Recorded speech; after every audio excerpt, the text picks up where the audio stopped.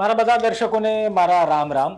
Petrol ડીઝલના ભાવ વધી ચૂક્યા છે અને પેટ્રોલ ડીઝલના ભાવ વધતાની સાથે સમગ્ર દેશમાં એ મુદ્દાની ચર્ચા થઈ રહી છે કે હવે ગાડી કેમ ચલાવી, હવે તો બહુ મોંઘું થઈ ગયું, વગેરે વગેરે. પરંતુ આજના વિડીયોમાં હું તમને એ કહેવા જઈ રહ્યો છું કે પેટ્રોલ ડીઝલના ભાવ વધવાથી બીજા 3 મુદ્દાઓ પર કોઈનું ધ્યાન નથી ગયું ને એમાં કેટલો મોટો ભાવ વધારો આવવાનો છે અથવા તો તમારા ખિસ્સા પર કેટલી મોટી અસર પડવાની છે એ કદાચ કોઈ વિસ્તારથી કે ન કહે, પરંતુ આજના વિડીયોમાં હું તમને દેશી અને સરળ ભાષામાં સમજાવીશ કે આવનારા સમયમાં પેટ્રોલ ડીઝલના ભાવ વધારાની અસર તમારા પર શું થવાની છે, શું હવે મોંઘું થવા જઈ રહ્યું છે, જેનું ધ્યાન તમારે રાખવું જોઈએ. આપ નિષ્કર્ષ જોઈ રહ્યા છો. મારું નામ નિશિત રાજ્યગુરુ છે.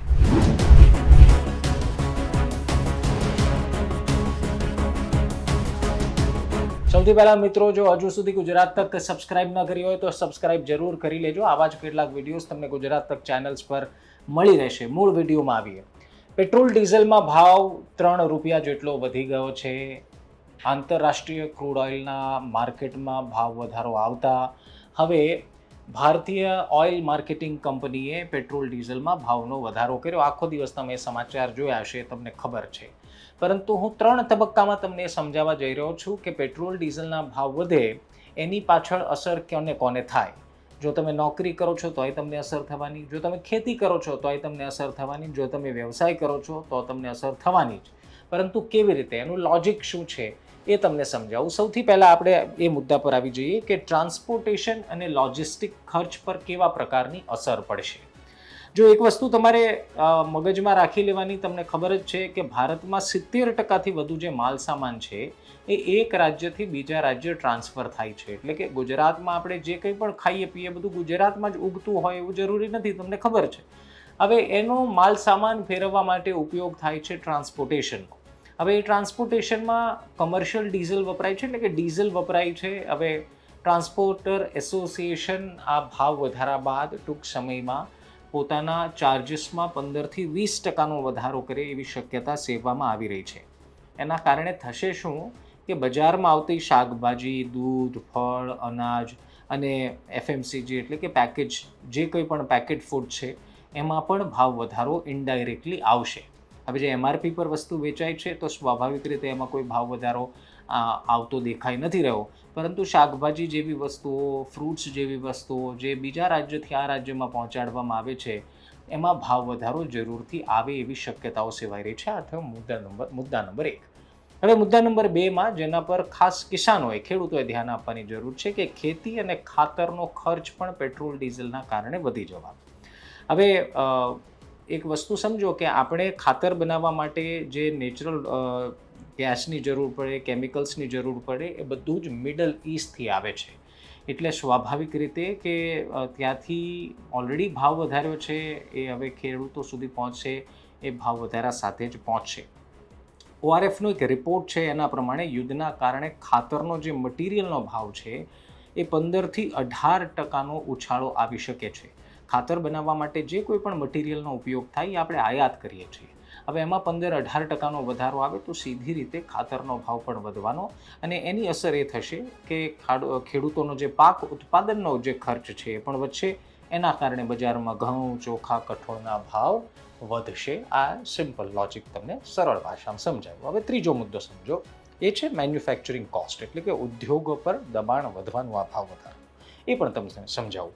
આપણા દેશમાં મેન્યુફેક્ચરિંગ સેક્ટરમાં મોંઘવારી ઓલરેડી 4.62% પર ચાલી રહી છે.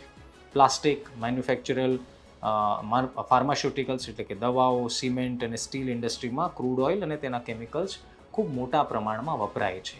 હવે આંતરરાષ્ટ્રીય બજારમાં અત્યારના રહેલી અસ્થિરતા અને સતત વધતા ભાવની અસર આ બધા ઉપર પણ પહેલેથી થઈ જ ગઈ છે, પરંતુ હજુ પણ વધવાની શક્યતા છે. હવે તેલના વધતા ભાવોના કારણે ઘર બનાવવાની સામગ્રીથી લઈને તમામ દવાઓ સુધીની બધી જ વસ્તુઓ મોંઘી, એનું ઉત્પાદન મોંઘું થશે. હવે સીધું ગણિત છે કે જો ઉત્પાદન મોંઘું થાય તો એની અસર તમારા ખિસ્સા પર પહોંચે, એટલે કે પ્રોડક્ટ બનીને બજારમાં આવે તો એનો ભાવ વધારા સાથે જ એ આવશે. મૂળ વિષય એ છે સરકારનું જે અત્યારનું વલણ છે કે જો ઉદ્યોગોને ધંધા બંધ કરીએ તો એક મોટો આર્થિક સંકટ આવી શકે એમ છે, એટલે કે એ કોઈ વિકલ્પ નથી. બધું બંધ કરી દેવું. મેં પહેલાં પણ ગઈકાલના વિડીયોમાં પણ કહ્યું કે લોકડાઉન એ વિકલ્પ નથી, ના એની ચર્ચા ચાલી રહી છે. હવે સવાલ એ છે કે તૈયારી તમારે શેની રાખવાની છે? તો ભાઈ લોકડાઉનની ચિંતા તમે છોડી દો, એની કોઈ તૈયારીની જરૂર નથી. પણ વૈશ્વિક યુદ્ધના કારણે આવી રહેલી મોંઘવારીનો સામનો કરવા તમારે તૈયાર રહેવાનું છે. હવે એનો મતલબ એવો પણ નથી થતો કે રાતોરાત જે 10 રૂપિયાની વસ્તુ છે 100 રૂપિયામાં મળવા મળશે. એનો મતલબ એવો પણ નથી થતો કે 10 રૂપિયાની વસ્તુ 8 રૂપિયામાં મળવા મળશે. કહેવાનો મતલબ મોંઘવારીને ભાવ વધારોની જે સાધારણ વ્યાખ્યા છે તમે જાણો છો, મારે બહુ વિસ્તારથી કહેવાની તમને જરૂર નથી. પરંતુ લોકડાઉનની કોઈ ચર્ચા નથી. હા, પેટ્રોલ ડીઝલના ભાવ વધતા ખાલી ગાડી ચલાવતા કે બાઇક ચલાવતા લોકોને જ એની અસર થવાની, અથવા તો એ પેટ્રોલ પંપ પર જ એની અસર થશે એવું નથી.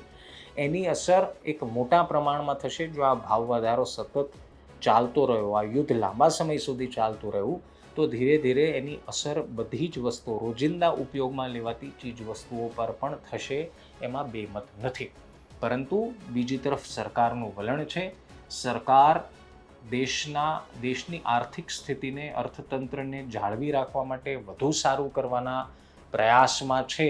હવે પ્રયાસ કેટલી હદે સફળ થાય એ જોવાનું રહેશે. એક પ્રયાસમાંથી જે વડાપ્રધાને 7 અપીલ કરી કે ભાઈ તમે જરૂર પૂરતું પેટ્રોલ ડીઝલ વાપરો, વર્ક ફ્રોમ હોમને પણ લાગુ કરવાનો પ્રયાસ કરો, સાથોસાથ સોનું ન ખરીદો.